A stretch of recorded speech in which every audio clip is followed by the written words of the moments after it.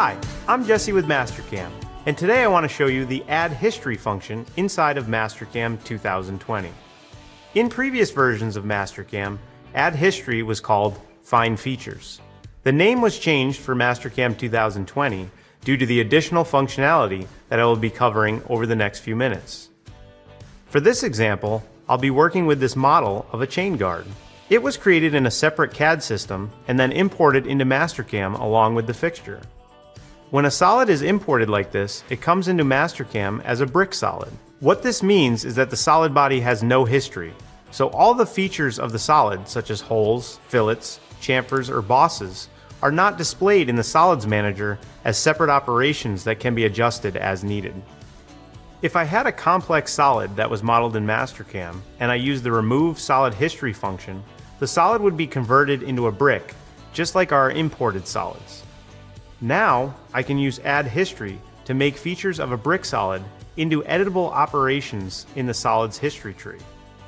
In the Levels Manager, I'm going to turn off all the levels except the one with the fixture. The holes in the fixture are meant to accept 16mm bolts to hold down the part, but there's an issue. The holes were modeled as 16mm in diameter, which means they're oversized and won't be able to be tapped.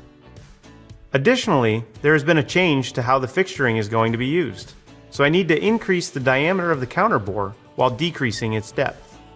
For a drilled hole, I don't necessarily need to change the diameter of the hole in the solid. I could simply select the center point and use an appropriately sized drill. But if I need to use this model again in the future, or if someone else needs to machine this model, it's far too easy to mistakenly drill these holes incorrectly, since they are wrong in the model. It's a much safer workflow to correct the hole diameters now to avoid mistakes in the future, and Add History makes it easy to do. On the Model Prep tab, I'm going to launch Add History from the Modify group. The operation type is set to Create Operations. The Create a Single Operation checkbox means that all the holes of the same size or type will be combined into one solid operation in the solid's history. If I wanted each individual hole to be its own operation, I would disable this checkbox. Since I'm working with holes, I'm going to set the Find option to Holes. I know the holes in the model are 16mm, so I need to set the maximum radius to at least 16mm. If I was unsure what the diameter of my holes were, I could also right-click in either field and use the Diameter or Radius of an Arc functions.